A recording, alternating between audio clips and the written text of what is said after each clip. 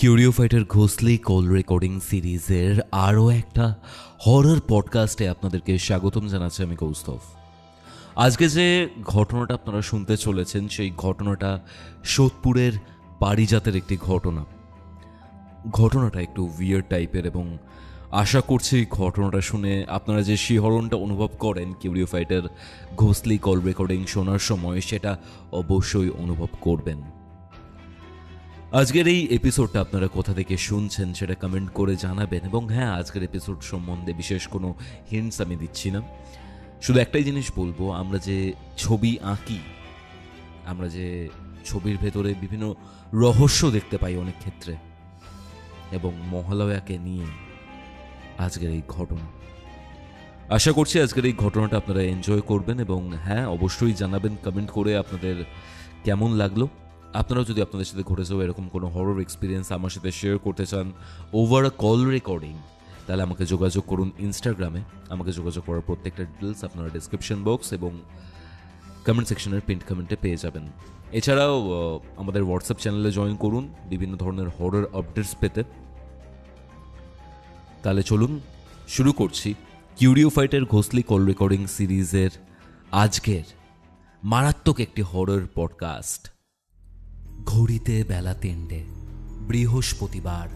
আপনারা শুনছেন কিউরিও ফাইটের ঘোষলি call recording সিরিজের মারাত্মক একটি হরর পডকাস্ট। সাথে রয়েছি আমি কৌস্তভ, আপনাদের আজকের হরর ডোজ নিয়ে। হ্যালো পারিজাত, কেমন আছো? এই তো ভালো আছি, তুমি বলো। অনেকদিন পর। পুজো কেমন কাটলো? কেটেছে মোটামুটি, শেষের দিকটা অতটা ভালো হয়নি। বিষয়টা হচ্ছে, তুমি পুজোর আগে বলেছিলে ঘাটশিলা যাচ্ছ, তাই তো?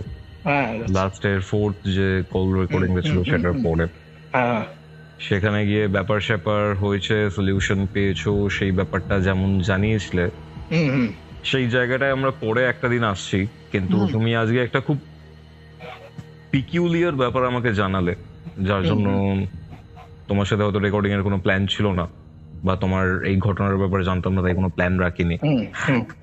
রাত 1:03 বাজে, বৃহস্পতিবার হয়ে গেছে,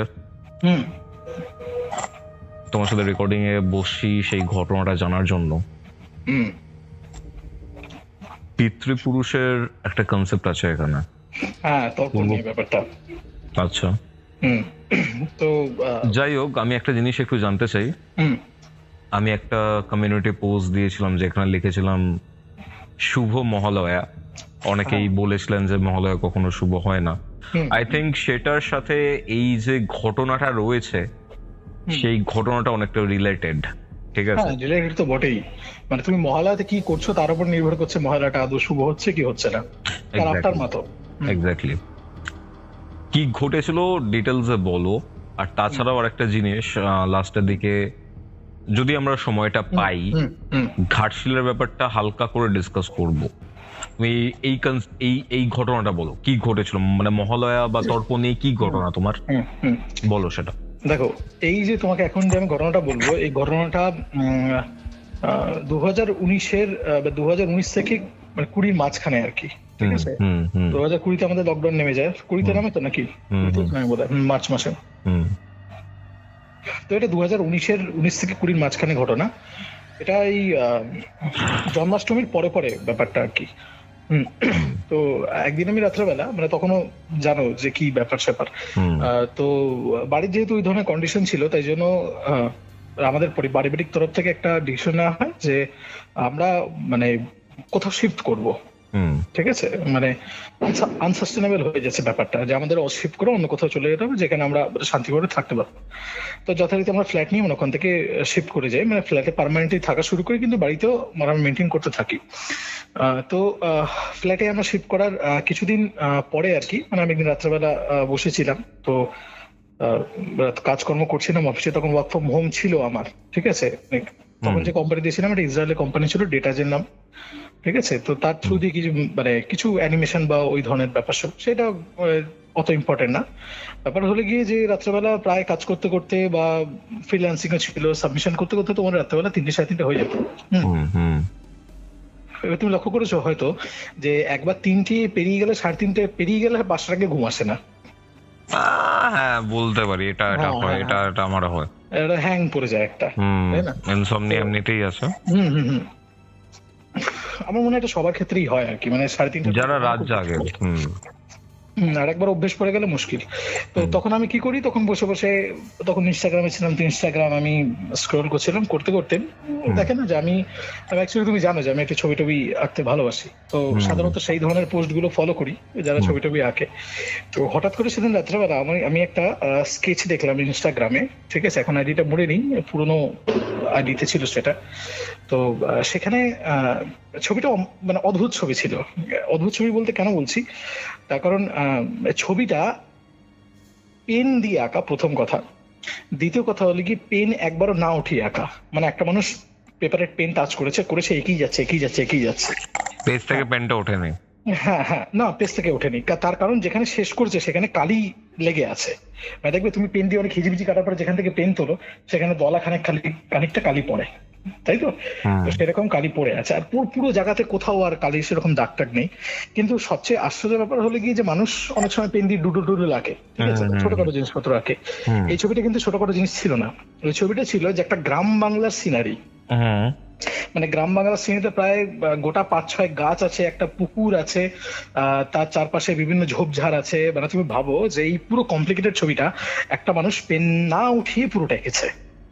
কোথাও মেনশন করা ছিল পোস্টটাতে যে পেন না উঠিয়ে আঁকা হয়েছে? না, আমিও যেহেতু আঁকতাম, ঠিক আছে, তাই জন্য আমার মানে যে কেউ ধরো অনেকদিন ধরে যারা আঁকছে, যারা ডুডো লাগছে বা যারা কিছু করছে, কারণ আমি একসময় অ্যানিমেশন আর্টিস্ট ছিলাম, তো এইসব কাজ প্রচুর করেছি।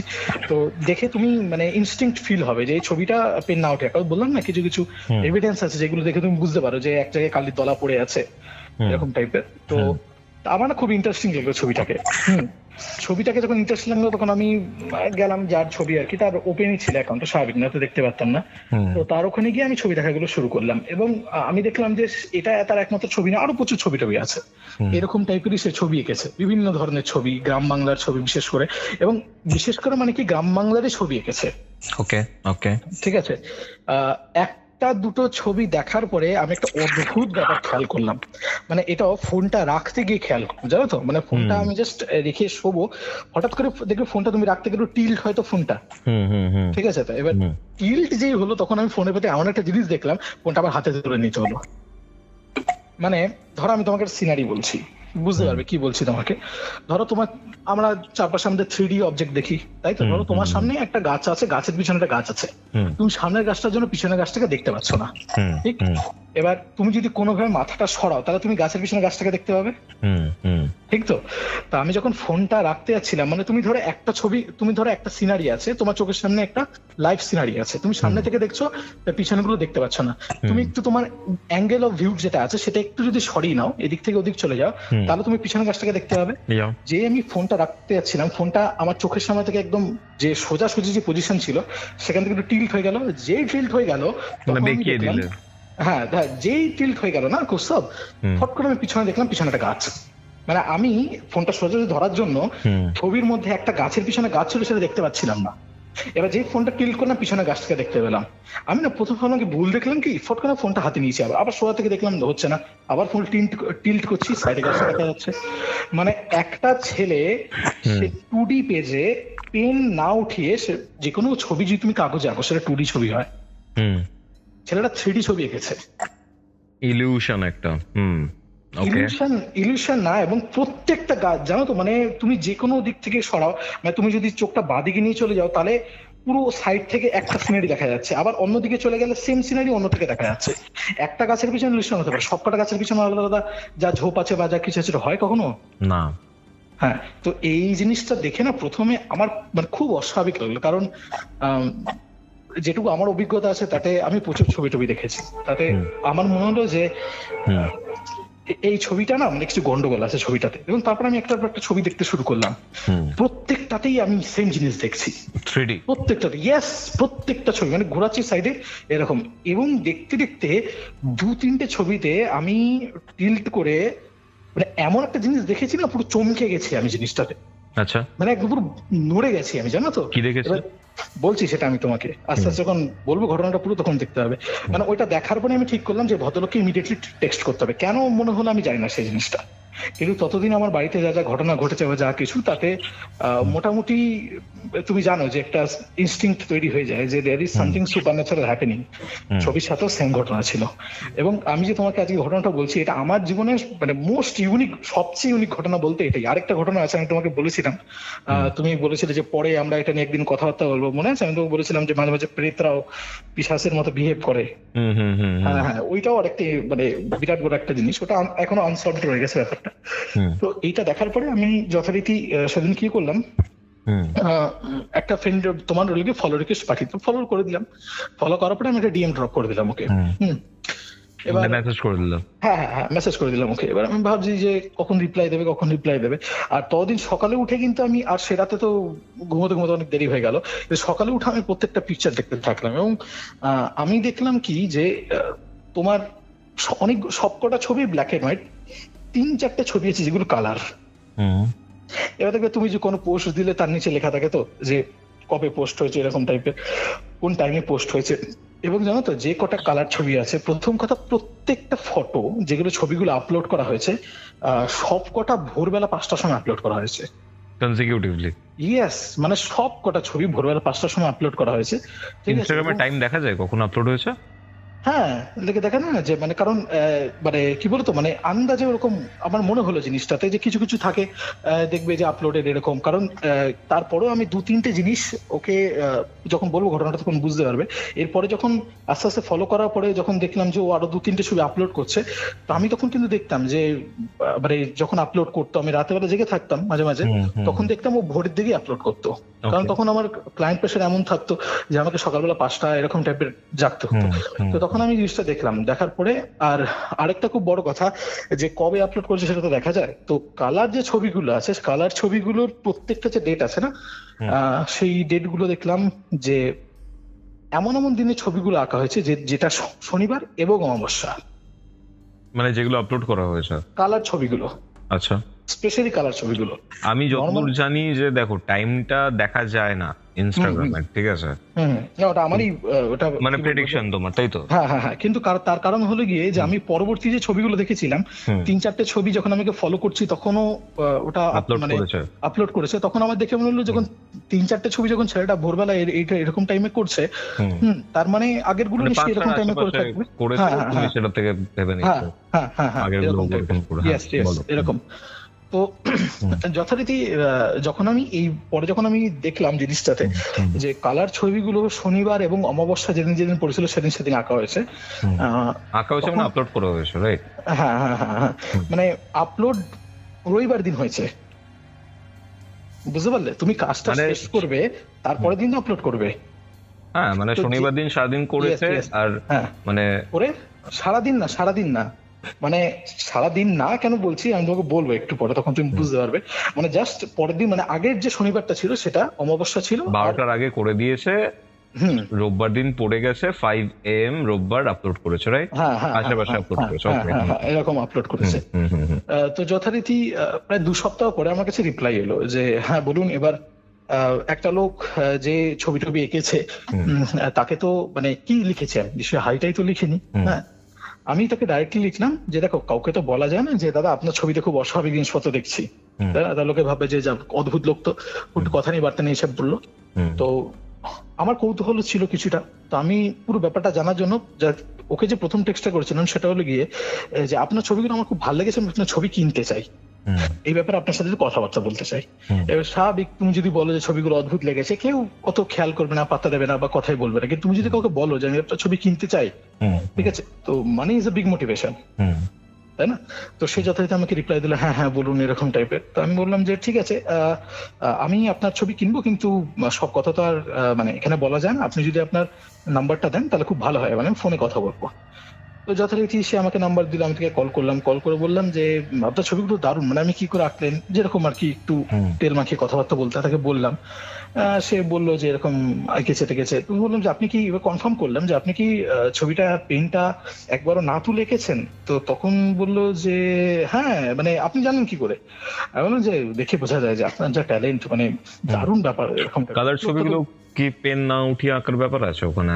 কালার ছবিগুলো কোনো নেই, থাকা সম্ভব নয়, মানে একবারে পেনের তো দাগই নেই, মানে জাস্ট কালার দিয়ে আঁকা ব্যাপারটাই, ঠিক আছে?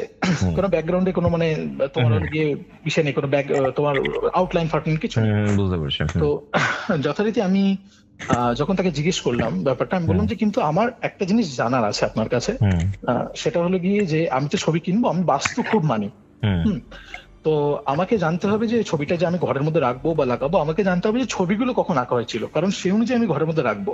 আপনার কোনো অসুবিধা নেই তো যে আমি যদি মানে বাস্তু মিনে কিনে টিনি এরকম? তখন বলছে যে না না কোনো অসুবিধা নেই। তো আমি বললাম যে দেখুন আপনার ছবি আপনি এমনি কততে বেচবেন, ঠিক আছে? তখন বললো যে পার ছবি আমি এরকম 1500 টাকা এরকম। বললাম ঠিক আছে, আপনার ছবি খুব ভালো, আপনি 1500 টাকা কেন বলছেন, আমি আপনাকে 2500 টাকা দেবো, ঠিক আছে? তুমি জ্যাঙ্গো আনচেন্ড দেখেছো সিনেমাটা কখনো? কি বললে একবার বল। জ্যাঙ্গো আনচেন্ড? না দেখিনি। হ্যাঁ, ওখানে একটা ডায়লগ আছে, সেটা হলো গিয়ে লিওনার্দো ডিক্যাপ্রিও তোমার ডায়লগটা দিয়েছিল যে gentleman, you had my curiosity, now you have my attention. Okay okay, বুঝতে পারলে? তো যখনই আমি ওকে এমন একটা দাম বলেছি, হ্যাঁ, যে tell him a price that tell him a ridiculously high price that he can't refuse. তো বলছে 2500 টাকা দেবে আমাকে? হ্যাঁ ঠিক আছে, আমি তো এই লোকটার সাথে করবো, যা যা বলে মেনে নেবো। তো আমি তখন তাকে জিজ্ঞেস করলাম যে একটা কথা বলে, ছবিগুলো কখন আঁকা? তো বললো যে ছবিগুলো প্রত্যেকটাই ও রাত 12টার পরে আঁকা শুরু করেছেন, এইচ এন্ড এভরি ছবি। কালার গুলো বাদ দিয়ে? কালার গুলোর আলাদা স্টোরি আছে, ওটার আলাদা ব্যাপার আছে, কিন্তু নর্মাল যে ছবিগুলো ইন জেনারেল পেন না তুলে আঁকা যেগুলো, হ্যাঁ হ্যাঁ হ্যাঁ, সেগুলো আঁকা শুরু করেছে। তো তখন আমি ওকে জিজ্ঞেস করলাম, মানে আমার হঠাৎ করে একটু ইনস্টিংক্ট ফিল হলো, বললাম ষষ্ঠেন্দ্রিয়। আমি তখন বললাম যে আপনি কি ছবিটা এমন করে ঘরে বসে আঁকেন যে ঘরে দরজা জানালা বন্ধ থাকে? তো বললো হ্যাঁ, আমার চিলেকোঠা আছে, চিলেকোঠাতে আঁকি। প্রথম কনফার্মেশন, প্রথম যেটা আমার ইনস্টিংক্ট কাজ করছিল। সেকেন্ড আমি ওকে জিজ্ঞেস করলাম, আচ্ছা এই ছবিগুলো যে আপনি আঁকেন, আপনি ঘুম চোখে আঁকেন? তো আমি বললো হ্যাঁ, মানে প্রচন্ড ঘুম টুম পায়, খুব ঢুলে পড়ি, তখন আমি ছবিটা আঁকি। কেন বলুন তো? এবার ও একটু সন্দেহ করতে শুরু করেছে ব্যাপারটাতে। এবার আমি তখন বললাম যে একটা কথা বলুন, এই যে ছবিগুলো, এই ছবিগুলো কি আপনি মানে ছবিটা আঁকার আগে 2-3 দিন আপনি স্বপ্নে দেখেন ছবিগুলো? হ্যাঁ। তখন আমাকে বলছে আপনি কি আমাকে চেনেন? মানে এই কথাটা, এই উত্তরটা যখন দেয়া হয়েছে, তার মানে ইয়েস, আনসারটা ইয়েস, বুঝতে পারলে তো? হ্যাঁ। আমি তখন বলছি যে চিনি না চিনি সেটা বড় কথা না, ঠিক আছে, কিন্তু মানে আপনি যেটা বলছি এটা একটু বলুন না, অসুবিধা হচ্ছে? হ্যাঁ হ্যাঁ, মানে এরকম আমি দেখি অনেকদিন, মানে বেশ কিছুদিন ধরে দেখি, তারপর আমি মানে পেপার নিয়ে বসি, আমার মানে জীবন্ত থাকি, ছবি আপনা আপনি আঁকা হতে থাকে, বোঝো? ওকে ওকে, ওনাকে ঝিমোয় ছবি নাকি আপনা আপনি আঁকা হয়। ওকে, হ্যাঁ। তো তখন আমি ওকে বললাম, এবার যে জিনিসটা নিয়ে আমার সব মানে ইনস্টিংক্টটা সবচেয়ে বেশি কাজ করেছিল, আমার যেটা মনে হয়েছিল, আমার সবসময় গ্রাম বাংলার ছবি আঁকে, আর পার্টিকুলার প্রত্যেকটা ছবিতে না মানে 2-3টে ছবি পরপরই ওই পুকুরটা আছে। ওকে, যে পুকুরটার কথা আমি তোমাকে একদম প্রথম ছবিতে বলেছিলাম, ওই পুকুরটা আছে। তখন আমি বললাম যে আপনার কি কোনো গ্রামে পৈতৃক বাড়ি আছে যেটা পরিত্যক্ত, অথবা যেটা আপনারা ছেড়ে ছিলেন বা সংস্কার হয়নি? তখন আমাকে বললো আপনি কি আমাকে চেনেন, মানে আমাকে বলুন তো, আপনি কি আমাদের পারিবারিক মানে ব্যাপারে জড়িত, মানে আপনি এত কিছু জানলেন কি করে? হ্যাঁ, এগুলো তো মানে কেউই যায় না সেরকম টাইপের। এমন যেটা বলছি আপনি বলুন না সেই জিনিসটা। তো বললো হ্যাঁ, আমাদের মুর্শিদাবাদে বাড়ি আছে এরকম, সেটা বহুকাল আগে ওরা ছেড়ে দিয়ে চলে এসছে, এখন সে কলকাতায় আছে। কোথায় থাকে না, কসবাতে থাকে, ঠিক আছে? এবং সেইখানে ওর বাবা মারা গেছে, ওর মা আছে শুধু, ও আছে, আর ওই রাত্রেবেলা ওই ছাদে যে চিলেকোঠা আছে সেইখানে গিয়ে গরমের মধ্যে দরজা জানলা বন্ধ করে ছেলে ছবি আঁকে ঘুম চোখের মধ্যে। আচ্ছা আচ্ছা, যখন ছবি আঁকে ছবিগুলো আঁকা হতে থাকে। তখন আমি ওকে বললাম যে একটা কথা বলুন, আপনার যে কালার ছবিগুলো, এগুলো আপনি কখন আঁকেন আপনার মনে আছে? তখন আমাকে বললো না, আমার না এই কালার কখন আঁকি স্মৃতিটাই নেই আমার। মানে আমি শুধু মানে সকালে উঠে আমার রাতের বেলা মনে থাকে যে আমি কালার ছবি আঁকতে বসলাম, সকালবেলা উঠে দেখি যে আমার মানে কালার ছবিটা আছে, কিভাবে আঁকলাম কখন আঁকলাম সেগুলো। আমি বললাম প্রত্যেকদিন শনিবার ছিল কি? তখন বললো যে মনে করে সেটা দেখতে হবে, কিন্তু মনে হয় শনিবার ছিল, ঠিক আছে? এবং ততক্ষণে ছেলেটার বদ্ধমূল ধারণা হয়েছে যে আমি ওকে পারিবারিক ভাবে চিনি, মানে এত কিছু কথা আমি ওকে না বলতে। তখন আমাকে বললো যে আপনি কি শিওর ছবিটা কিনবেন, নাকি আপনি এমনি নিয়ে এতগুলো কথা জিজ্ঞেস করছেন? ঠিক আছে, আমি যে কিনবো, আপনি একটা কাজ করুন, একবার আমার সাথে অ্যাক্রোপোলিস মোড়ে দেখা করুন, ঠিক আছে, কসবার সামনে। হ্যাঁ হ্যাঁ, আপনি ছবিটা নিয়ে আসুন, একটা ছবি আপনার নিয়ে আসুন, একটা কালার ছবি, একটা ব্ল্যাক এন্ড হোয়াইট ছবি নিয়ে আসুন। যথারীতি দিন ঠিক হলো, কবে দেখা করবে। গেলাম, ছেলে আসলো, ঠিক আছে, একটা দুটো কথা বলার পরে তারপরে আমি বললাম দেখি ছবিটা দেখি। অ্যাক্রোপলিসে মিট করেছিল। Yes yes yes. ইভেন আমি আজকে সন্ধ্যাবেলা অ্যাক্রোপলিসে ছিলাম যখন কথা হলো তোমার সাথে। আচ্ছা আচ্ছা, বলো।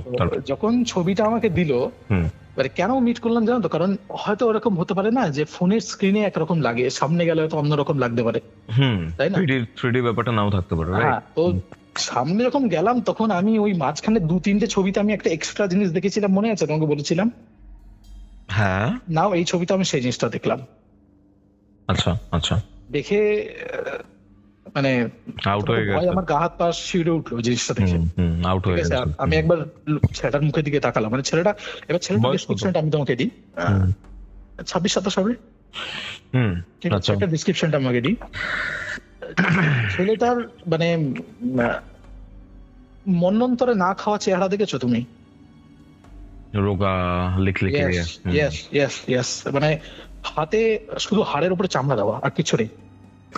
হাতের আঙ্গুলগুলো বড় বড় শুকনো শুকনো টাইপের, নখগুলো বড় বড়, মানে দীর্ঘদিন ধরে দাড়ি টাড়ি এরকম কিছু কাটে না, চোখের তলায় বিরাট বড় ডার্ক সার্কেল, আর চোখগুলো না মানে জন্ডিসে পাওয়া লোকের যেরকম হলুদ থাকে সেরকম টাইপের, অসংলগ্ন কথাবার্তা বলে, মানে একটা কথা পুরো বলতে পারে না।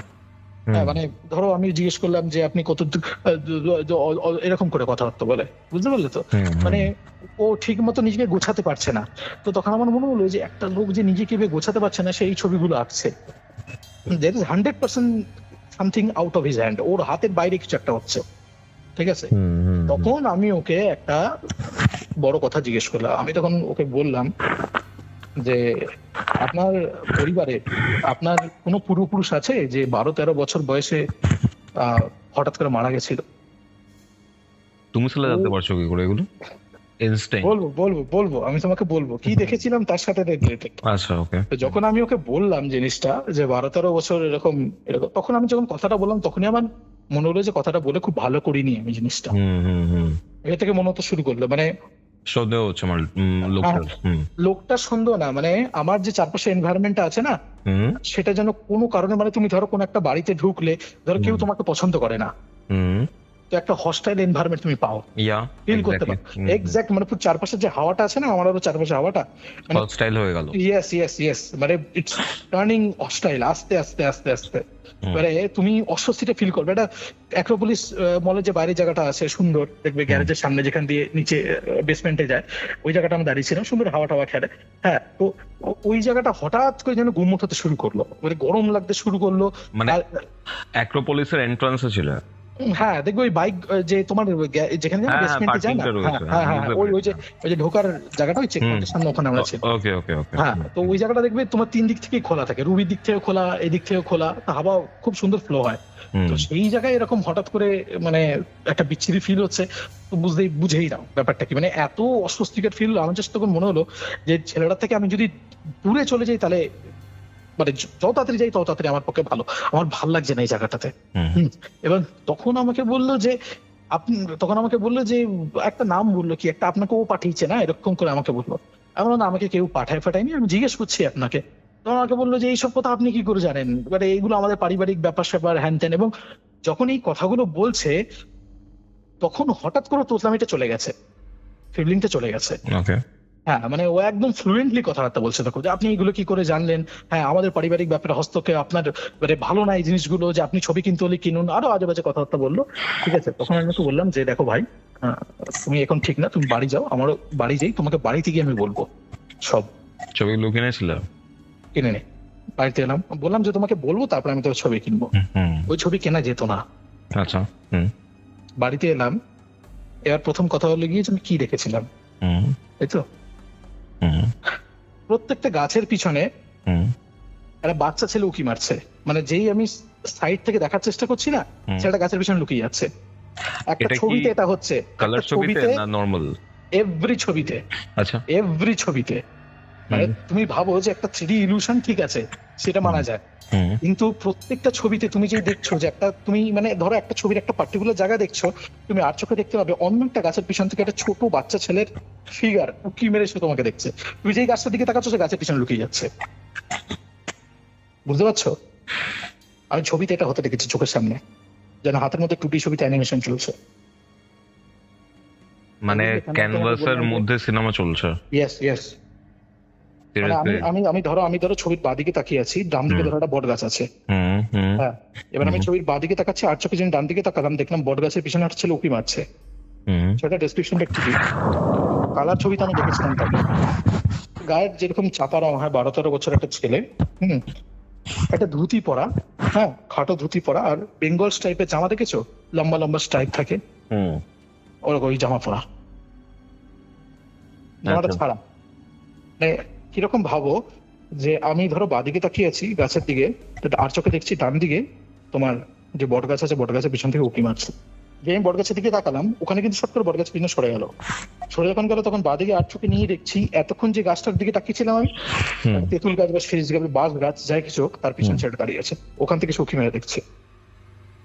বোধ এই জন্য আমি কালার ছবিটা ডাকিছিলাম ওকে, কারণ আমি যে জিনিসটা দেখেছি সেটা 100% শিওর কিনা সেটা বোঝার জন্য। কারণ যদি সেটা শিওর হয়ে থাকে, সেই জিনিসটাকে কিরকম দেখতে, সেটা তো তার কায়ের কালার কি বা যা কিছু, সেটা কালার ছবি ছাড়া বোঝা যাবে না। এবং তারপরে আমি যখন বাড়িতে এলাম, বাড়িতে আসার পরে সেই ছেলে তো মানে বাড়ি আসা অব্দি ছেলে আমাকে প্রায় 50 থেকে 60 বার কল করেছে, ফোন তুলিনি আমি, খেসে মারার জন্য ফোন করেছে অবভিয়াসলি। এবার বাড়িতে এসে, বাড়িতে আসার পরে আমাকে বলছে আপনার এরকম ইচ্ছা নেই, হ্যান নেই, ট্যান নেই, এগুলো এরকম টাইপের। তো তখন আমি ওকে বললাম যে আপনি বসুন, কোথাও একটা ঠান্ডা হয়ে বসুন। হ্যাঁ, তখন আমি বললাম যে, প্রথম কথা বললাম যে আপনি চাকরিটা কবে ছাড়লেন? এবার এটা কি করে মনে হলো তুমি যে জিজ্ঞেস করে, আমি বলতে পারবো না। আমার মনে হলো ছেলে চাকরি ছেড়েছে, ছেলে আগে চাকরি বাকরি। তখন আমাকে বললো যে আপনি কি আমাকে ফলো করেছেন, আপনি স্টক করেছেন, আপনাকে নিশ্চয়ই কেউ পাঠিয়েছে, এরকম অনেক কিছু হাজাবেজি কথাবার্তা বললো।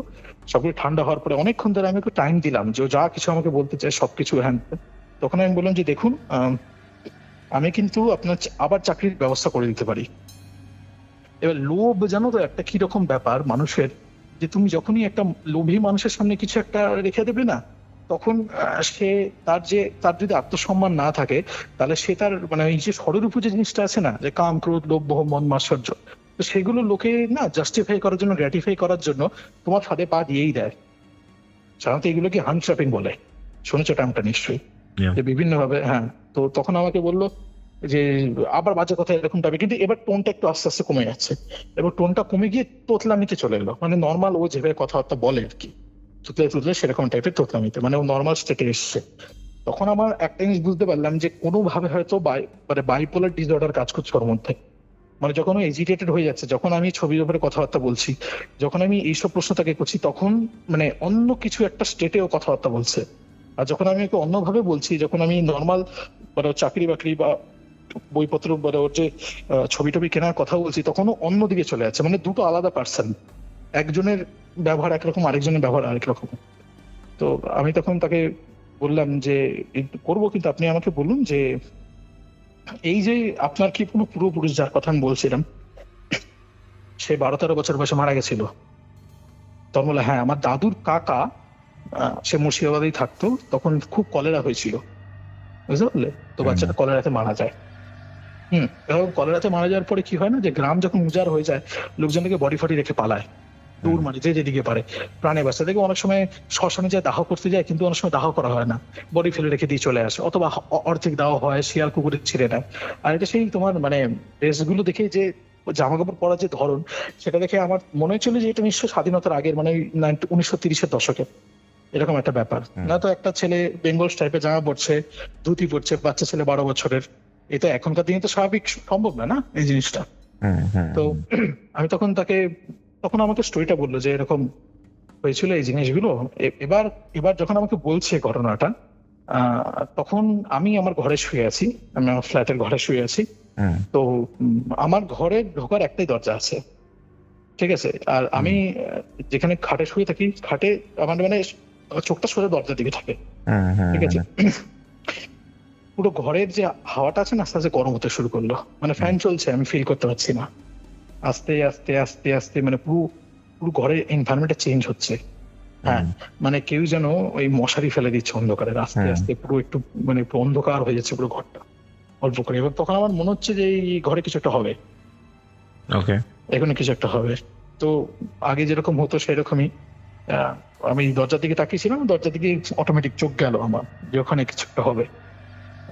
তো যার ব্যাপারে কথা বলছি সে এসছে, মানে দরজার সামনে দেখছি একটা সিলুয়েট, এই 4 ফুট মানে ওই 4 ফুট 9-10 ইঞ্চি মতো একটা সিলুয়েট দাঁড়িয়ে আছে, বাচ্চা ছেলে। হ্যাঁ, ওকে, সুতার সিলুয়েটটা দেখতে পাচ্ছি, যাকে ছবিতে দেখেছো সে তোমার সামনে আছে। ওকে, দাঁড়িয়ে আছে ওখানে। এই আমি তাকে দেখেছি, আমি তো 100% শিওর। এবার আস্তে আস্তে জানতে পারবে কেন হলো এই ঘটনাটা। হ্যাঁ, কারণ তুমি ছবিতে দেখেছো, ওর সাথে দেখা করেছো, ছবিগুলো সামনাসামনি দেখেছো, না নতুন ফ্ল্যাটে চলে এসছো, ঠিক আছে। এবার ব্যাপারটা কি হয়েছে যে আমি ওকে দেখেছি, আমি সাথে সাথে ওকে বললাম যে আপনি যদি চাকরি চান, যদি আপনি স্বাভাবিক অবস্থায় ফিরতে চান, তখনই ছেলেটা কাঁদতে শুরু করেছে। দাদা জানেন, তুমি ওর সাথে কথা বলছো, ও কলে রয়েছে, ছেলেটা কাঁদছে যে কলে রয়েছে অবভিয়াসলি। সেই সময় তুমি এই বাচ্চা ছেলেটাকে, যে বাচ্চা ছেলেটা দরজার সামনে দাঁড়িয়ে আছে, খাটো ধুতি পরে ছিল, সে তোমার সামনে একটা অন্ধকার ছায়া মূর্তির মতো দাঁড়িয়ে আছে দরজার সামনে। তারপর যখন আমি ওকে বললাম যে আমাকে দেখেছি, তখন আমি ছেলেটাকে বললাম যে চাকরিটা ছাড়লেন কেন? ও কিন্তু দাঁড়িয়ে আছে। মানে আমি বুঝতে পারছি না যে ওর রিয়াকশন কিরকম, মানে আমারও প্যালপিটেশন হচ্ছে, বুঝতে পারলে তো? কি করবো বুঝতে পারছি না আমি জিনিসটা, কারণ হঠাৎ করে এতদিনে একটু একটু না অভ্যেস হয়ে গেছে জিনিসগুলো। আমাকে বললাম না যে আগে তো জানোই, সবাই শুনেছে সেটা। তো তখন আমাকে বললো যে জানেন আমি এরকম কিছু করতে পারি না, মানে কোনো চাকরি চেষ্টা করতে পারি না, সারাদিন ওই সকালবেলা থেকে রাত অব্দি ঘুমাই, বিকালবেলা 5টার সময় উঠে প্রতিদিন রাত্রেবেলা আমি মাঝে মাঝে ছবি নিয়ে বসি, ঘুমের মধ্যে ছবি আঁকা হতে থাকে, অটোমেটিক্যালি পেন উঠায় না। তখন আমি তাকে বললাম আপনি জানেন আপনার ছবির এরকম ব্যাপার আছে যে আপনি 3D ছবি আঁকেন, এটা কোনো মানুষের হাত দিয়ে আঁকা সম্ভব না। এবার আমি কথাটা বললাম যে আপনি ছবিগুলো আঁকেন, এগুলো কোনো মানুষের পক্ষে আঁকা সম্ভব, অমানসিক ছবি এগুলো। পৃথিবীতে কোনো মানুষ 3D ছবি আঁকতে পারে না কোর্স, আমি চ্যালেঞ্জ দিয়ে বলছি তোমাকে। আঁকতে অনেকেই পারে, বাট এই ইলিউশন হতে পারে, বাট প্রত্যেকটা ছবি 3D অসম্ভব হতে পারে। যে তুমি ধরো কোনো একটা ব্যক্তি এমন ভাবে ছবি এঁকেছে, একদিক থেকে তাকালে তোমার পারসেপশন একরকম লাগছে, অন্য দিক থেকে তাকালে তোমার পারসেপশন অন্যরকম লাগছে। সব মানুষেরই যে কোনো দিক থেকে সে তাকাক, তার সবারই একই রকম মনে হবে? পারসেপশন তো ম্যান টু ম্যান ভ্যারি করে, তাই না? আজকে ধরো তুমি একটা ছবি দেখছো, তোমার মানসিকতা যেরকম, তুমি ছবিটাকে সেভাবে ইন্টারপ্রেট করবে। আমি যদি দেখি আমি অন্যভাবে ইন্টারপ্রেট করবো। সবার একরকম লাগছে? সবার মনে হচ্ছে পিছনে একটা গাছ আছে, সাইডে শুনলে সবার মনে হচ্ছে আরেকটা সাইডে গাছ আছে। মানে ছবিটা আমি আমার বন্ধু বান্ধবের মধ্যে 3-4 জনকে দেখিয়েছিলাম, everybody got the same reaction. আমাকে বলে ছবিটা আঁকলো কি করে? সবার এরকম হবে? পারসেপশন আলাদা আলাদা মানুষের হয়, পারসেপশন অনুযায়ী তোমার ছবির যে দৃষ্টিভঙ্গি সেটা চেঞ্জ হবে। সবার ক্ষেত্রে সেম হচ্ছে মানে দ্যাট ইজ অমানসিক ছবি। ও ছবি মানুষ আঁকতে পারে। আমি তখন তাকে বললাম যে, তখন আমাকে বললো যে একটা এরকম স্বপ্ন দেখতে একটা বাচ্চা ছেলে আসছে মাঝে মাঝে স্বপ্নে, এবং সে অনেক সময় স্বপ্নের মধ্যে বলতো কিরে ছবি আঁকবি না। আর এরকম করতে করতে মানে এত ছবি আঁকার ধুম লেগে যেত যে রাত্রেবেলা এত গভীর রাতে ছবি টবি আঁকতো, সকালে উঠে অফিস যেতে পারতো না। এবং এক সময় এমন হয়ে গেল ওর অবস্থা যে ও অফিস টফিস বন্ধ করে ছবিটাতেই শুরু করলো। পারিবারিক যে সঞ্চয় ছিল তা গেল, বাড়িতে যা কিছু জিনিসপত্র ছিল সেগুলো বেচা শুরু হলো। এখন দিন আনা দিন খায় টাইপের অবস্থা। মায়ের খুব শরীর খারাপ, ওর ছেলেটা কিরকম চেহারা আমি তোমাকে বললাম, শুনলে তো এই অবস্থা হয়ে গেছে ছেলের। 26 বছর একটা ছেলে, তাকে দেখে মনে হচ্ছে সে 76 মন থেকে উঠে এসছে। দেবী তোমার হলে গিয়ে যে বঙ্কিমচন্দ্রের যে লেখাগুলো থাকে সেখান থেকে। তখন আমি তাকে বললাম যে আপনি আমার একটা কথা ভালো করে শুনুন, আপনার সব ছবি কিনবো, আপনার সব চাকরি হবে, যা কিছু হবে। তখন আমাকে না ছেলেটার কাজ যে হওয়া করে, তারা আমাকে বাঁচান, আমি পেরে উঠছি না। আর কাজ যে আর পুরো ঘরের এনভায়রনমেন্ট আরো মানে তীব্র ভাবে গরম হচ্ছে। আর তোমার বাড়ির মানে Yes, তোমার yes. দরজার সামনে ওই মানে হ্যাঁ, ওই হ্যাঁ, ছেলেটা হ্যাঁ, দাঁড়িয়ে হ্যাঁ, আছে। দাঁড়িয়ে আছে এবং পুরো এনভায়রনমেন্টটা গরম হয়ে উঠছে, মানে সে এইসব কথাবার্তা পছন্দ করছে না। ওয়াই? বিকজ আমি এক্সপোজিং হিম, আমি তাকে এক্সপোজ করছি। তখন আমি তাকে বললাম যে আপনি ইমিডিয়েট মুর্শিদাবাদে ফেরত যান, ফিরে গিয়ে আপনি বাড়ির সংস্কার করুন অথবা বাড়ি বেচে দিন। আপনার ওখানে কোনো বাগান আছে, বাগানে বাঁশ বাগান আছে, যার পিছনে পুকুর আছে? বলছে হ্যাঁ দাদা, আপনি কি করে জানলেন? সে তো মজে গেছে।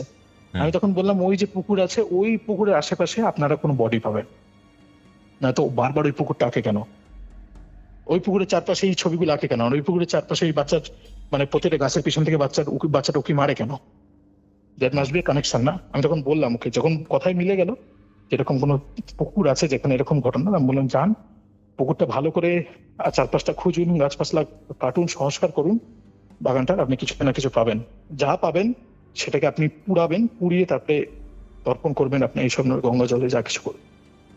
তখন সে বললো ঠিক আছে। এবার যেই আমি কথাটা বলেছি না যে আপনি যা পাবেন সেটা আপনি পুড়াবেন, ছেলেটা, আমি মশারির ভেতরে আছি তো, ছেলেটা এক লাফে মানে যেন মশারির ভেতরে চলে এলো, এক লাফে ওখান থেকে।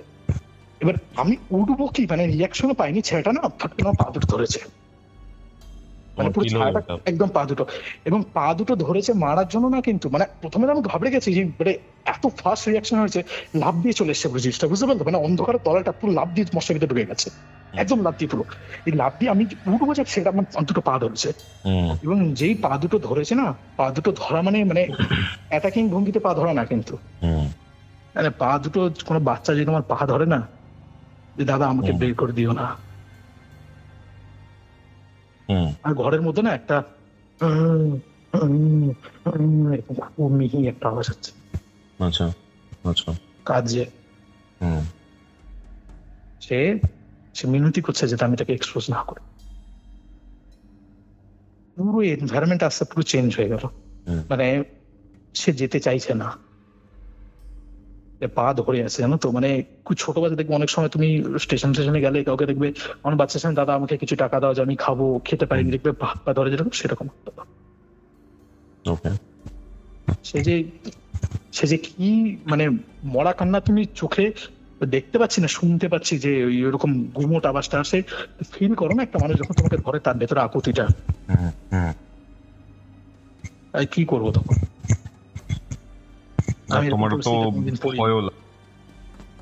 আমার মিক্সড ফিলিং কাজ করছে, ভয়ও হচ্ছে, মানে কি যে হচ্ছে আমি তোকে বলেও যেতে পারবো না। মানে বুকের একটা দিকে ভয়ও করছে, আবার মানে একটা দিকে কষ্টও হচ্ছে কোন একটা জায়গায়। অদ্ভুত সিচুয়েশন। এই জন্য আমি তোমাকে বললাম যে ঘটনাটা ইউনিক, এরকম জীবনে আমি কোনোদিন দেখিনি। এবং এই ঘটনা থেকে আমি একটা জিনিস শিক্ষা পেয়েছিলাম, খুব বড় শিক্ষা পেয়েছিলাম, সেটা বলবো শেষের দিকে। তা আমি যখন ওকে ফাইনালি বলে দিলাম ও এরকম করছে, তাও গুরুকে মনে করে একটু তোমার যে শিবের যে স্তোত্র আছে সেটা আস্তে আস্তে আস্তে আস্তে আমি স্টপ করতে শুরু করলাম, কোনো রকমে একটু সাহস এনে একটু একটু আস্তে করে পাটা ছাড়লো। স্টিল আমার পায়ের কাছে বসে আছে, আমি দেখছি খাটার উপর, জানি। তখন আমি ওকে বললাম যে আপনি ইমিডিয়েটলি কাজটা করুন। তখন আমি এবার কেসটা কি তাই তোমাকে বলি কি ব্যাপারটা হয়েছে। ব্যাপারটা হলো গিয়ে, এরপরে ছেলেটা পরের দিনই মাকে নিয়ে কথাবার্তা বলে চলে গেল, কারণ আমি ওর ব্যাপারে এত কিছু বলেছি, ও আমাকে চোখে দেখেছে, ও বুঝেছে যে ও আমাকে চেনে না, কিন্তু আমি ওর ব্যাপারে এত কিছু বলে দিয়েছি, ও খুব 100% কনফিডেন্ট হয়ে গেছে যে দেয়ার ইজ সামথিং কানেকশন। আমি কি বলেছি না বলেছি, আমি কে, এটা ওর জানার কোনো প্রশ্নই হয়নি। ও জাস্ট ও গেছে, ওখানে গিয়ে লোকজন জোগাড় টোগাড় করেছে, করে সে রাত তো কিভাবে কেটেছিল, মানে আমি ওদিকে তাকিয়ে আছি তাকাতে তাকাতে আস্তে আস্তে যে ছায়াটা যে আছে সেটা মিলিয়ে গেছিল। আমি শুয়ে যে আছি, সব করছি, হঠাৎ করে দেখলাম যে মানে নর্মাল অন্ধকার, মানে ওই ঘন অন্ধকারটা যে কখন নর্মাল অন্ধকারে মিলিয়ে গেলে আমি বুঝতেও পারলাম না। ওকে ওকে। আস্তে আস্তে মানে সবকিছু মানে কিভাবে কি হলো আমি ঠিক বুঝতে পারলাম না তখন। কিন্তু না মাঝে মাঝেই তখন মানে আমি ধরো রাস্তায় একা হাঁটছি বা রেল লাইন ধরে হাঁটছি, তখন পিছনে পিছনে পায়ের আওয়াজ পেতাম, হাঁটছে পিছন ছোট এরকম পায়ের ছোট ছোট আওয়াজ, দাঁড়িয়ে পড়ছি, দাঁড়িয়ে এরকম হয়ে যাচ্ছে। আমি ধরো ঘরের মধ্যে আছি, বসে আছি, আমি ধরো যে তোমার ডাইনিং স্পেস আছে, ডাইনিং স্পেসে দৌড়াদৌড়ি আওয়াজ পেতাম। একবার দুবার ভয় করতো, একবার মানে দরজা খুলে না আমি দেখতাম যে কে দৌড়াচ্ছে। বাথরুমের দরজা খুলে দিত, বাথরুমের দরজা ভেতর চলে যেত, ঠিক আছে, দরজা নিজে থেকে খুলতো, নিজে থেকে বন্ধ হতো বাথরুমের দরজা। ঘরের মধ্যে লক খোলার আওয়াজ হতো। একবার তো এরকম হয়েছিল যে আমার ঘরে আমি তোমার হলে গিয়ে ভেতর থেকে ওই যে থাকে না টিপে দিলে লক হয়ে যায়, ঘোরানো হয়েছে তালাগুলো, ওটা দিয়ে শুয়েছিলাম, বাড়িতে কেউ ছিল না। তো আমি জাস্ট তালা দিয়েছি, আমার দরজাটা তালা দিয়ে আমি বা পাশে ফিরেছি, মানে ডান পাশে ফিরলে ঘরের দরজাটা দেখা যায়, মানে তালা দিয়ে এসে শুয়েছি, বা পাশে ফিরেছি, ফিরে জাস্ট 2 সেকেন্ড পরে আমি ডান পাশে ফিরেছি, ফোনটা নেওয়ার জন্য, ফোনটা রাখা ছিল। ডান পাশে যেই ফিরেছি, ফিরে দেখি দরজাটা খোলা, লক করা দরজা খুলে দিয়েছে। গ্রামের বাড়িটাতে গিয়ে কি পেয়েছিল? গ্রামের বাড়িটাতে গিয়ে যখন ফিরে এলো 2 সপ্তাহ পরে, এসে আমাকে জিজ্ঞেস করলো যে ততক্ষণ বাড়িতে, এবং না হঠাৎ করে মানে 1 সপ্তাহ পরেই এইগুলো, মানে আমার বাড়িতে যেগুলো 1 সপ্তাহ ধরে যা কিছু ঘটনা ঘটছিল তার মধ্যে, সেগুলো বন্ধ হয়ে গেল হঠাৎ করে, মানে আস্তে আস্তে কমতে কমতে পুরো বন্ধ হয়ে গেল।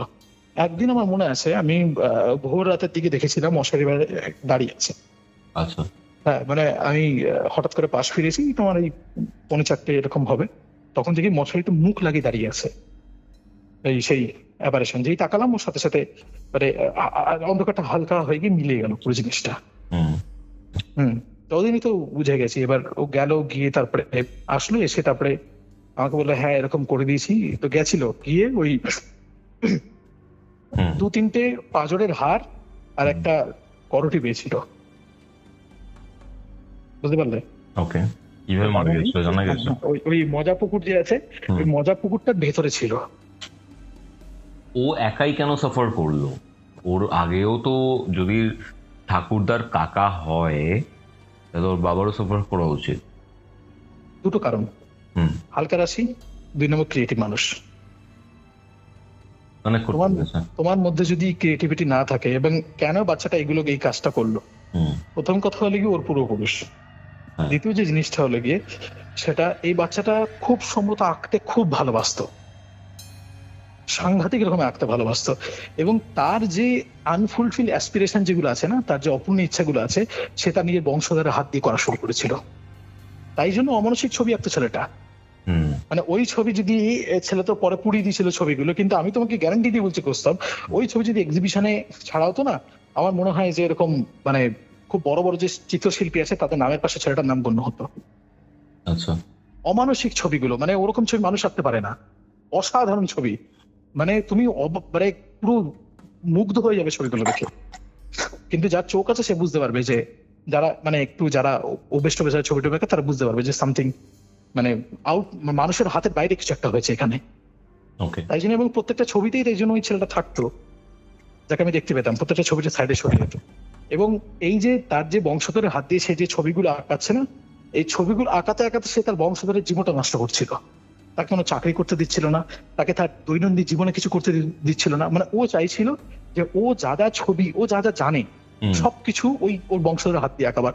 এবং আমি তোমাকে বলছি কৌস্তব, যে যতগুলো তুমি পজিশন দেখো না, যত পজিশন দেখো তুমি, ঠিক আছে, পজিশন গুলোর মধ্যে 60% পজিশন নিজের পূর্বপুরুষ তার বংশধরকে করে। আমি এটা দেখেছি, 60% পজিশন নিজের পূর্বপুরুষ তার বংশধরকে করে।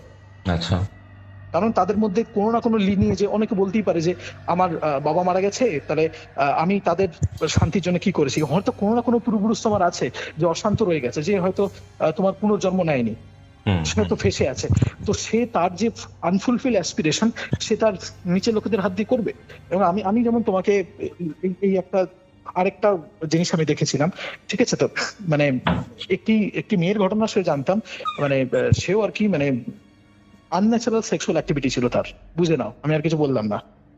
মানে ছেলের পর ছেলে চেঞ্জ হচ্ছে, ছেলের পর ছেলে চেঞ্জ হচ্ছে, বুঝতে পারলে? এবং তারও কিন্তু শি ওয়াজ পজেসড অলসো, সেটা অন্য গল্প, সেই ঘটনাটা অন্য একদিন তোমাকে বলবো। সেটা কিন্তু পজেশন। এবং এই পজেশনের ব্যাপারেই যদি আমি তোমাকে বলি, তাহলে পজেশন বলতে কিন্তু অ্যাকচুয়ালি মানে কোনো কিছুকে তোমার অধিকার রাখা বোঝায়। তো এইগুলো তখন হয় যখন একটা মানুষ নিজেরই বডির অধিকারের নিচে সে থাকে না। যেরকম ধরো আমি তোমাকে বললাম, ধরো তোমার শরীর আছে, তোমার বডি আছে, আমি তোমাকে এর আগে একবার তোমাকে বলেছিলাম যে দেহ যে আছে তার মালিক হলো কি দেহি, মানে গাড়িটা। এবার তোমার যে গাড়ি আছে সেই গাড়িটা যে তুমি ধরো চালাচ্ছ, এবার ধরো তুমি গাড়ির ভেতরে বসে ঘুমিয়ে পড়েছো, এবার তোমার মন যে অ্যাস্ট্রাল বডি, বা যাকে আমরা সূক্ষ্ম শরীর বলি, সে গাড়িটা চালাচ্ছে। এবং যদি মালিক ঘুমায় তাহলে এরকম হতেই পারে যে দরজা খুলে অন্য একটা লোক মাথায় বন্দুক ঠেকিয়ে ড্রাইভারকে বললো তুই চল, গাড়িটা এইদিকে নিয়ে চল। That is position. এই যে মাথায় যে বন্দুক ঠেকিয়ে দিল না তোমার মনের, যে তুই চল, অনেকে ভাববে যে তাহলে একটা মানুষের আত্মা যে আছে তার উপর আরেকটা আত্মা চাপলো কি করে? যে আত্মাটা আছে তার অ্যাকচুয়াল যে গাড়ির মালিক সে তো ঘুমাচ্ছে, অন্য একজন তার উপরে ঢুকে গেছে। তা সেই যতক্ষণ না জাগছে ততক্ষণ তো সে গাড়ির মালিকানা পাচ্ছে না। এবার ধরো কারো যদি দেহি জেগে গিয়ে থাকে, তাহলে সে কি ওই লোকটাকে প্রথমে ঢুকতে দেবে? সে তো রেজিস্ট করবে, তাই না?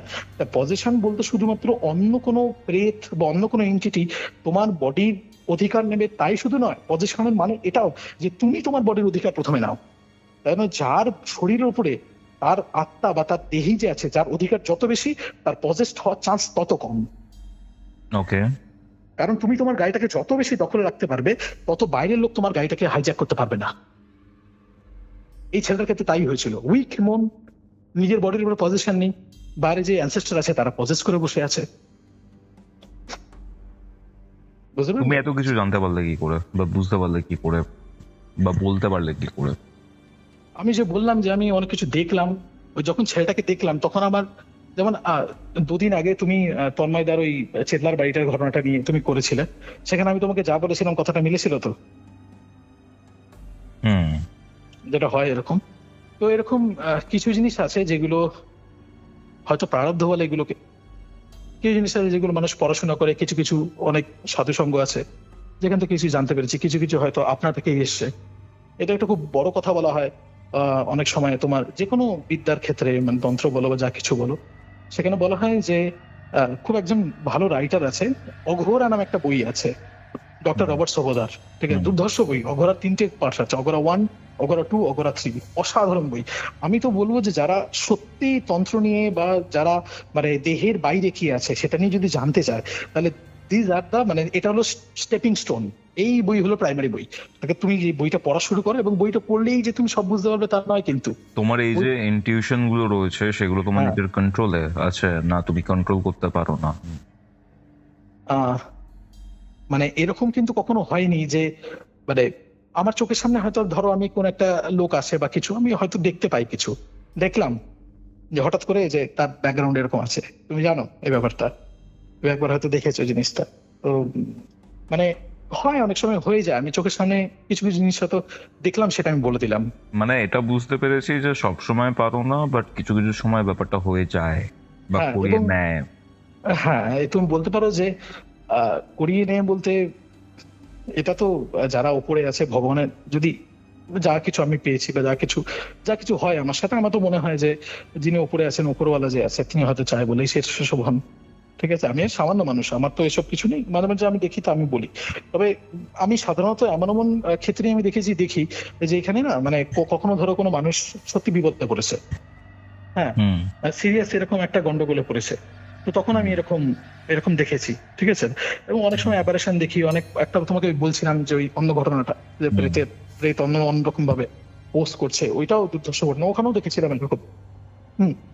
এরকম কিছু কিছু সেন্স হয়, এরকম কিছু কিছু মানে বুঝতে পারি। সে কি করে বুঝতে পারি আমি জানি না সেটা, ঠিক আছে? হয়তো আরো যত পড়াশোনা করবো, আরো যত হয়তো কখনো ধরো কেউ যদি জ্ঞানী মানুষ হয় তার কাছ থেকে জানতে পারবো। কিন্তু মেইন ব্যাপার হলো গিয়ে যে প্রত্যেকটা মানুষের না তর্পণটা করা উচিত মহালয়ার দিন। কেন জানো তো? তার কারণ আমরা তর্পণটা করি যত আমার পূর্বপুরুষ আছে তাদের আত্মার শান্তি কামনার জন্য। এবার ধরো কেউ যদি বললো যে মহালয়ার দিন আমি তর্পণ করলাম না, তাতে কি এসে গেল? আমার তো, আমি জানি যে যদি বাবা যখন বেঁচে থাকেন তখন কি করা উচিত? তর্পণ করা উচিত নয় তো? না, তখন মানে শাস্ত্র এটাই বলে যে আর কি লাস্ট পুরুষ আর কি। এবং তর্পণ কিন্তু করা হয় যারা, মানে ধরো তোমার বাবা বেঁচে আছে, তোমার বাবা ধরো তর্পণ করছেন, তুমি কি মনে করছো তোমার বাবা যে তর্পণটা করছেন, তর্পণটা কার উদ্দেশ্যে? তর্পণটা কি যারা, না, দ্যাট ইজ রং কনসেপশন। তর্পণ সমস্ত পুরুষের উদ্দেশ্যে, যারা চলে গেছেন এবং যারা আসবেন, সবার জন্য।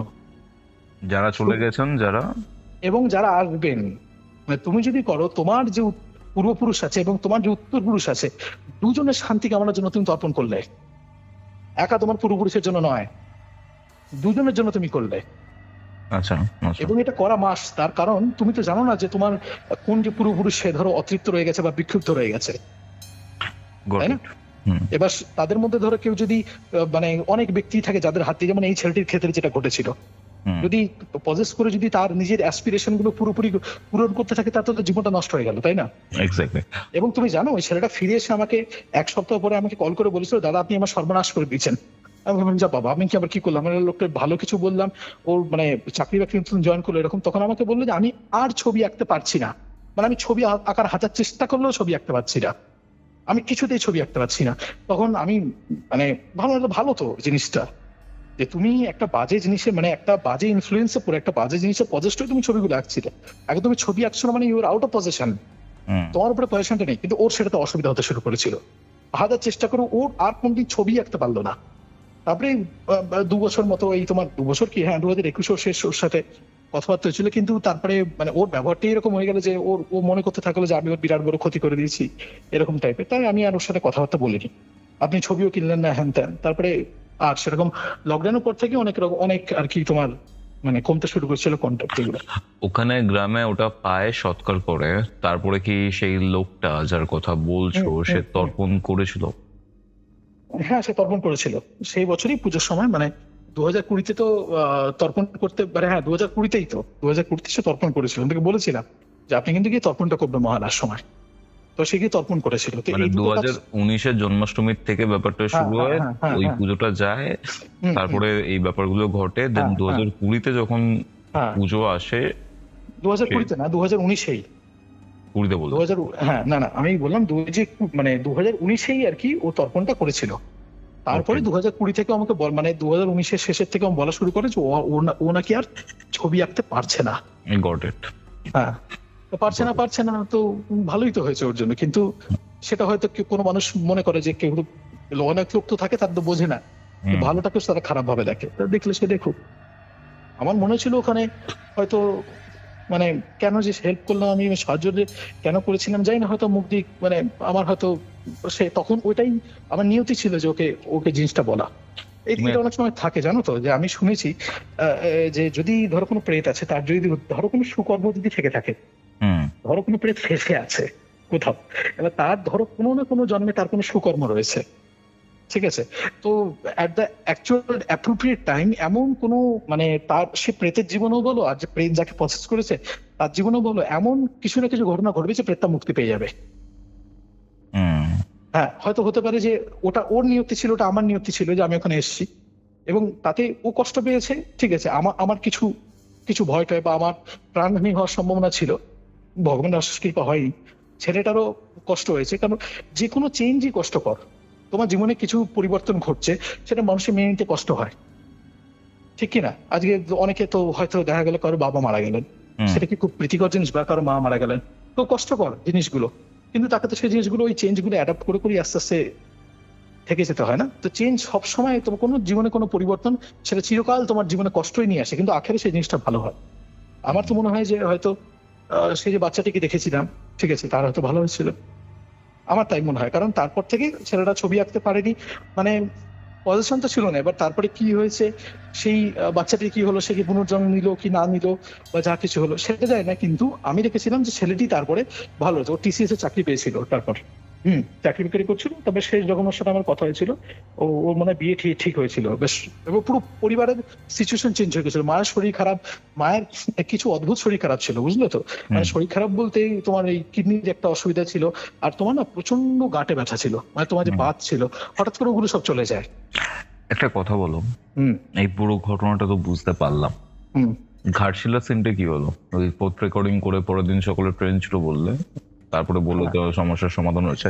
হালকা কিছু জানবো, পুরো ডিটেলসে যাবো না।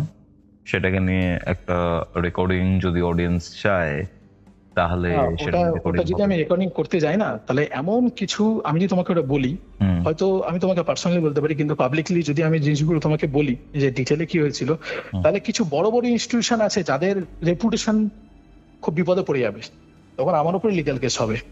কিছু বড় বড় ইনস্টিটিউশন জড়িত আছে যাদেরকে মানুষ খুব বড় মানে শ্রদ্ধার চোখে দেখে, সেই সব মানে জায়গাকার সাধু সন্তরা যে সাধারণ মানুষের প্রতি কি করতে পারে, তারা কতটা পারভার্ট হতে পারে, সেই সব জিনিসপত্রগুলো ফাঁস হয়ে যাবে। আমার মনে হয় না সেই জিনিসটা এখন আমি যে স্টেজে আছি আমার ক্যারিয়ারের বলো বা যা কিছু বা সিচুয়েশন এমন চলছে, সেটা এই মুহূর্তে বলাটা পাবলিকলি হয়তো ঠিক হবে না, হয়তো কিছুদিন পরে ঠিক হবে।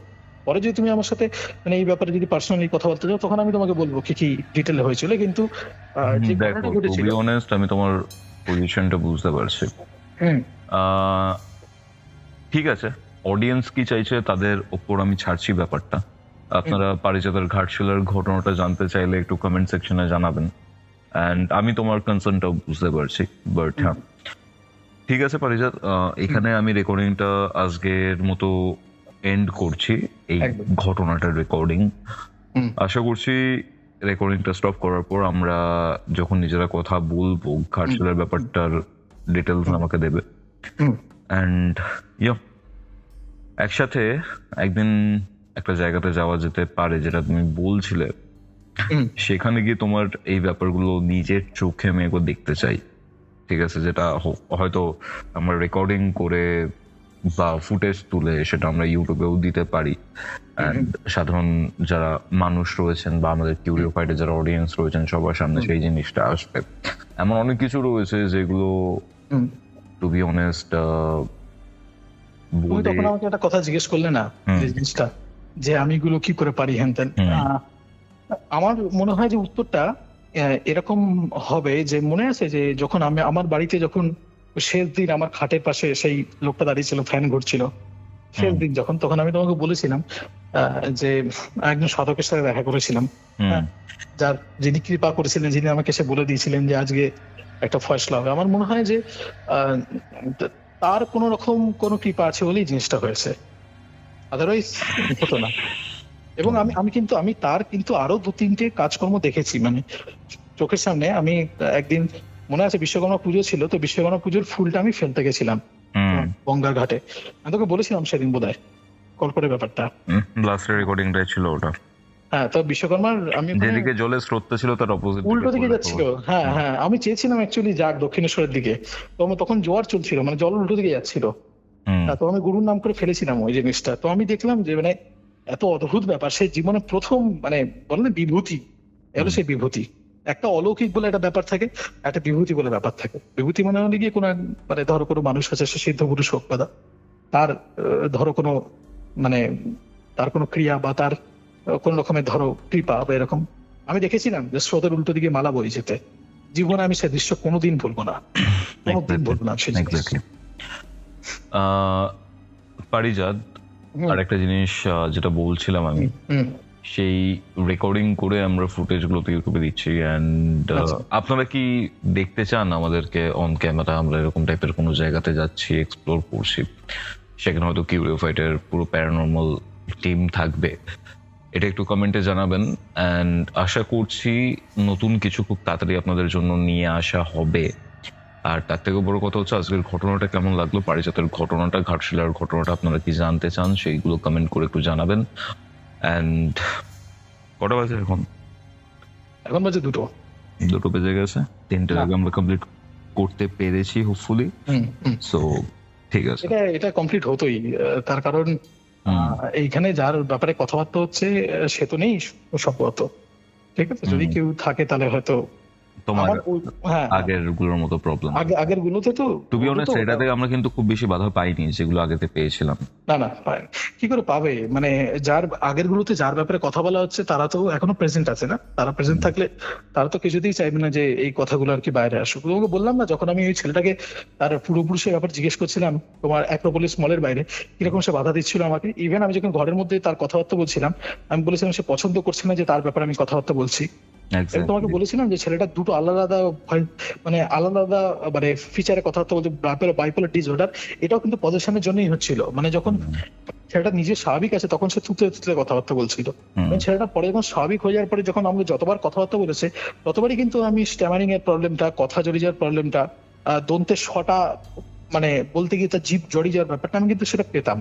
অনেক শব্দ সে উচ্চারণ করতে পারতো না, হয়তো অনেক মানুষের থাকে না যে জন্মগত উচ্চারণ করতে গিয়ে কিছু অসুবিধা হয়, এরকম স্পিচ প্রবলেম থাকে, ওই ছেলেটা কিন্তু ছিল। কিন্তু যখন আমি তাকে তার পূর্বপুরুষের ব্যাপারে কথাগুলো বলতাম তখন কিন্তু স্পষ্ট একদম, মানে কোনো তোতলামি নেই, কিছু নেই, একদম মানে একদম স্ট্রেট কাট সে উত্তর দিত, কিন্তু উইদাউট একদম কন্টিনিউয়াস ফ্লোতে দিত। তো এটাও কিন্তু মানে হয়তো কিছু জিনিস থাকে, সেটা যেমন আমাকে বলেছিল যে আপনার আমার পারিবারিক ব্যাপারে কেন জানাতে চেয়েছেন, আমার 100% মনে হয় যে এটা ওর কথা নয়, এটা যে ওর সাথে ছিল সে ওর মুখ দিয়ে কথাগুলো বলেছে।